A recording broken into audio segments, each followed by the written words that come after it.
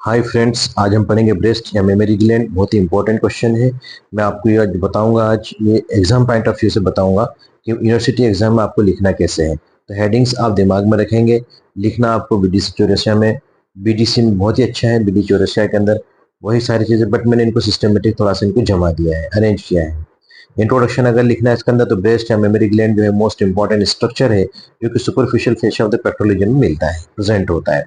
ये दोनों ही सेक्स में होता है, मतलब मेल और फीमेल दोनों में होता है, बट इट इज रूडिमेंट्री, यानी सिंपल होता है, बेसिक होता है, साधारण सा इन मेल होता है, and well developed in female after puberty. Female के अंदर वेल डेवलप्ड होता है। Breast is a modified sweat gland, ये एक पसीना की ग्रंथि होती है जिसको हम एपोक्राइन स्वेट ग्लैंड कहते हैं। It forms an accessory part of female reproductive system. जो फीमेल रिप्रोडक्टिव सिस्टम है उसमें ये सहायक पार्ट अदा करता है। बिकॉज क्यों? Because it provides lactation. ये, हाँ, लैक्टेशन के अंदर हेल्प करता है।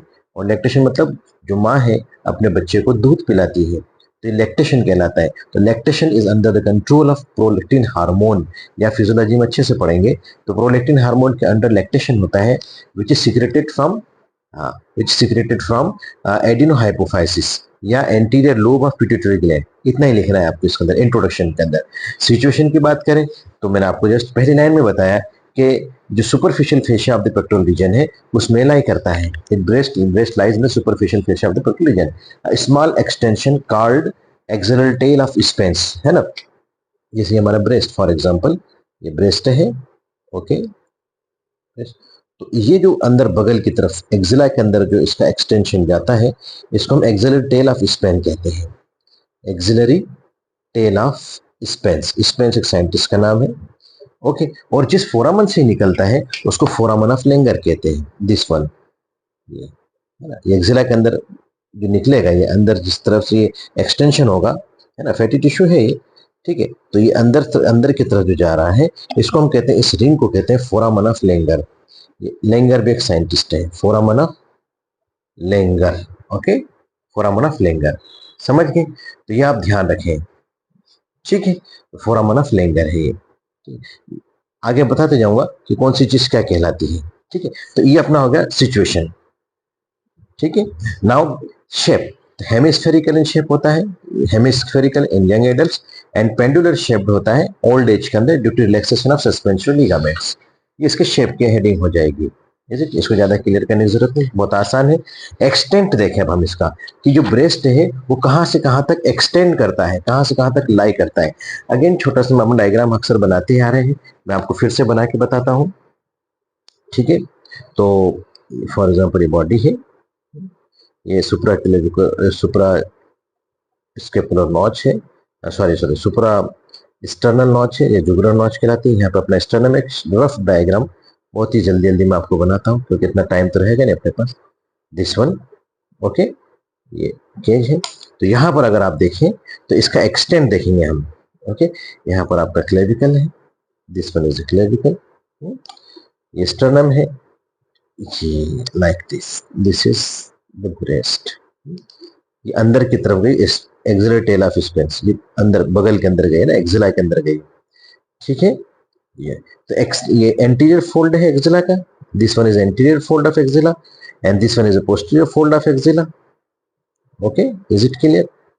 इन दोनों फोल्ड के बीच में जो इस टेल गई, इस टेल ऑफ, हम एक्सिलर टेल ऑफ स्पेंस कहलाती है। अब हम एक्सटेंट की बात कर रहे हैं, तो एक्सटेंट अगर हम देखें तो वर्टिकली, ये वर्टिकल एक्सटेंट हुआ इसका। नेक्स्ट पेन दे, वर्टिकली इट एक्सटेंड्स फ्रॉम ये वाला, ये है ना, तो second to sixth costal cartilage, yes, ठीक है।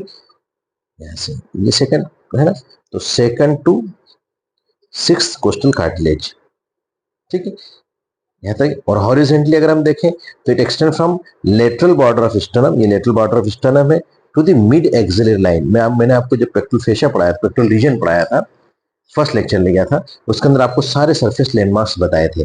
तो लेटरल बॉर्डर ऑफ स्टर्नम से मिड एक्सिलरी लाइन, एक्सिला का अगर हम देखें, ये फोल्ड ऑफ एक्सिला है फॉर एग्जांपल, तो मिड एक्सिलरी लाइन है, लेटरल और ये इंटीरियर है, ठीक है। तो मिड एक्सिलरी लाइन तक ये एक्सटेंड करता है, बस इतना लिखना है आपको इसको एक्सटेंड के अंदर। Is it clear? Vertically extend from second to sixth costal cartilage, and horizontally it extends from lateral border of sternum to the mid axillary line. ठीक है।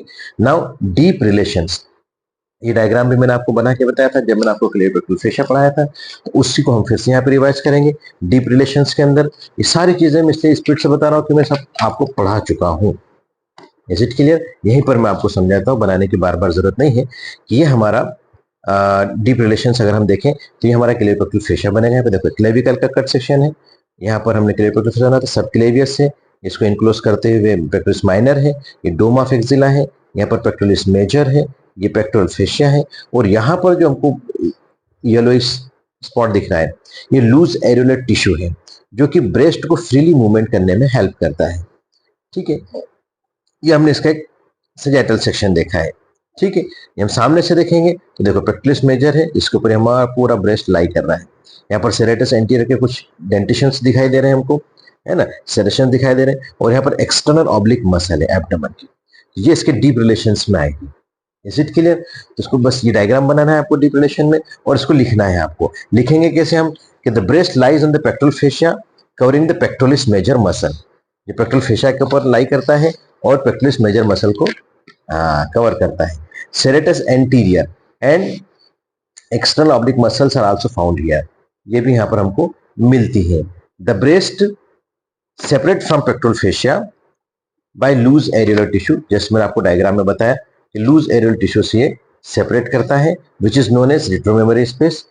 Due to its presence a normal breast can be moved freely, आसानी से movement कर सकता है normal breast. Is it clear? Now the structure of the breast, अब हम structure of the breast की बात करेंगे। ठीक है, तो स्ट्रक्चर ऑफ ब्रेस्ट में क्या पढ़ेंगे? हमारी कन्वीनियंस के लिए, हमारी सुविधा के लिए हम ब्रेस्ट को 3 भागों में डिवाइड करते हैं। ठीक है, skin, parenchyma and stroma. Skin ज्यादा डिस्क्राइब करने की जरूरत नहीं है, it covers all the gland, ये पूरी ग्लैंड को कवर करती है। It is a conical position, एक कोनिकल पोजीशन होता है इसके अंदर जिसको हम क्या कहते हैं? निप्पल कहते हैं। Conical position is known as nipple. ये देखो फॉर ये ब्रेस्ट है, तो ये जो कोनिकल प्रोजेक्शन है ये निप्पल है। Okay, this one is nipple, बराबर। तो स्किन की बात कर रहे हैं हम लोग, तो स्किन के अंदर ये आपको याद रखना है, ये जो कोनिकल पोजीशन है इसको हमने कहा है nipple. Is it clear? That is nipple. Next, nipple is present just below the centre of breast, centre of breast के जस्ट बिलो होता है। और जनरली हमने आपको जब surface landmarks of pectoral region पढ़ाया था मैंने, तो उसमें बताया था कि 4th इंटरकोस्टल स्पेस में होता है। इसमें होता है मेल और एन इमेच्योर फीमेल के अंदर, but in mature female it very करता है। ठीक है, तो it is variable in female, इतना याद रखना आपको, पर 4th इंटरकोस्टल स्पेस जरूर याद रखना है। ठीक है, अब it is pierced by 15 to 20 lactiferous ducts, है ना। इसके अंदर कितनी? 15 से 20 कुछ लेक्टिफेरस डक्ट, लेक्टिफेरस दूध लाने वाली, है ना, 15 से 20 होती है। तो लेक्टिफेरस डक्ट है 1 2 ऐसी लेक्टिफेरस डक्ट होती है। यहाँ पे ये साइनस बनता है फिर यहाँ पर, और यहाँ से फिर बन जाता है lobe. Is it clear? This is lobe. ऐसे 15 से 20 अगर लेक्टिफेरस डक्ट हैं तो 15 से 20 साइनस भी होंगे और 15 से 20 लोब भी होंगे। लेक्टिफेरस लोब्स, लोब्यूल्स कहलाते हैं ये एक लोब्यूल। ऐसा पूरा का पूरा ये डायग्राम के अंदर आप देखेंगे, जस्ट मैं आपको बताऊंगा अभी। Is it clear? यहां तक समझ में आया? Now it is pierced by 15 to 20 lactiferous duct, it has a few modified sweat and sebaceous gland, इसके अंदर होती है। Skin surrounding the base of, ये समझ लो आप, skin surrounding the base of nipple is darker and pigmented, ये nipple है फॉर एग्जांपल। तो इसके जो बेस में स्किन होती है ये डार्कर होती है और पिगमेंटेड होती है, इसको हम एरियोला कहते हैं। It is areola. ठीक है, it is known as areola. Skin of nipple and areola is devoid of hair, nipple पे और एरियोला पे हेयर्स नहीं होती है।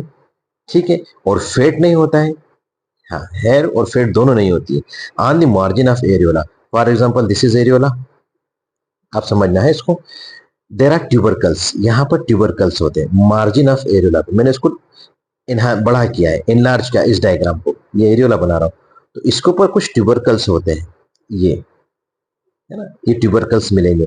ये स्पेशली ड्यूरिंग प्रेगनेंसी और लैक्टेशन बड़े हो जाते हैं, प्रेगनेंसी एंड लैक्टेशन। ठीक है, तो इनको हम कहते हैं tubercle of Montgomery, tubercle of Mont, ये साइंटिस्ट का नाम है, गोमेरी। Is it clear? These are the tubercle of Montgomery. कब होंगे? ये होंगे प्रेगनेंसी और लैक्टेशन के दौरान बड़े हो जाएंगे। तो it is about the skin. ठीक है, अब स्किन के बाद हम बात करेंगे इसकी पेरेन्काइमा की। मैंने आपको बताया कि हमारा जो ब्रेस्ट है, हम अपनी कन्वीनियंट स्टडी के लिए इसको 3 भागों में डिवाइड कर रहे हैं। तो स्किन हुआ, अब हम बात करेंगे पेरेन्काइमा की। तो पेरेन्काइमा छोटा सा पार्ट है, लेकिन इसको डीप में जस्ट अभी मैंने आपको बताया ये ब्रेस्ट है। अब यहाँ पे देखिए आप, ये लेक्टिफेरस डक्ट्स हैं 15 to 20, ये लेक्टिफेरस साइनस है जो भी आपको जस्ट मैंने बना के बताया तरफ में, और ये लेक्टिफेरस लोब्स हैं। तो जितने डक्ट्स हैं उतने साइनस उतने ही लोब्स होंगे। ये पूरा का पूरा डायग्राम हमारा फिर से रिपीट करने की जरूरत नहीं। अब एक लोब को हम सेक्शन देख रहे हैं यहाँ पर, एक लोब का, तो हमको क्या दिखाई देगा? लेक्टिफेरस साइनस ये है, लेक्टिफेरस डक्ट ये है, तो एल्वियोलाई दिखेंगे। तो parenchyma is made up of glandular tissue, ये ग्लैंडुलर टिश्यू से बनता है, विच सीक्रेट्स मिल्क, जो कि क्या करता है? मिल्क सीक्रेट करता है। Is it clear? It secrets milk. हाँ, ठीक है, इट सीक्रेट्स मिल्क। ठीक है, अब gland consist of 15 to 20 lobes, just है ना। Each lobe is cluster of alveoli, her lobe के अंदर क्लस्टर मतलब गुच्छ होते हैं लोब के। बस इतना ही लिखना आपको पेरेन्काइमा में, 2 line. Parenchyma is made of glandular tissue which secretes milk. The gland consists of 15 to 20 lobes and each lobe is cluster of alveoli. Now stroma, stroma ये है सपोर्टिंग फ्रेमवर्क ऑफ ब्रेस्ट बनाता है, supporting framework of gland बनाता है। जो gland है या breast है उसका सपोर्टिंग फ्रेमवर्क है। It is partly fatty and partly fibrous, ये फैट और फाइब्रस दोनों से मिलकर बनता है। Fibrous stroma forms a septa. हाँ, फाइब्रस स्ट्रोमा जो होता है वो सेप्टा बनाता है। ठीक है, और सेप्टा बना के क्या करेगा? ये इसको सस्पेंसरी लिगामेंट कहते हैं। सेप्टा क्या कहते हैं बेटा? सस्पेंसरी लिगामेंट्स, है ना। ये मैं आपको सेप्टा यहाँ से रफ में बना के बताता ऐसा करके। These are the septa, okay, these are the septa. Septate part होता है ना, तो इसको हम कहते हैं सस्पेंसरी लिगामेंट ऑफ कूपर। ये जो सेप्टा कहलाते हैं ये सस्पेंसरी लिगामेंट ऑफ कूपर कहलाते हैं, और ये सस्पेंस लिगामेंट ऑफ कूपर के हैं। और क्या करते हैं? Anchoring the breast, it helps in anchoring, ये खींच के रखते हैं ब्रेस्ट को। एंकर मतलब से ना किसी चीज को खींच के रखना, तो ये एंकरिंग करके रखते हैं, एंकरिंग द ब्रेस्ट, ब्रेस्ट को एंकरिंग करके। इन्हीं के रिलैक्सेशन से पेंडुलर शेप्ड हो जाता है, breast become pendular in shape. तो दीज आर द, देखो डायग्राम में दिख रहा है, these are the suspensory ligament of Cooper, these one are the suspensory ligament of Cooper. Is it clear? यहां तक समझ में आया? तो हमने पूरा स्ट्रक्चर पढ़ लिया। स्ट्रक्चर में स्किन हो गई, पेरेन्काइमा हो गया, स्ट्रोमा हो गया। नाउ नेक्स्ट पार्ट में अब हम blood supply, lymphatic drainage, nerve supply of the breast देखेंगे, साथ में अप्लाइड भी देखेंगे। अगर आपको वीडियो पसंद आया तो आप इसे सब्सक्राइब कीजिए और शेयर कीजिए।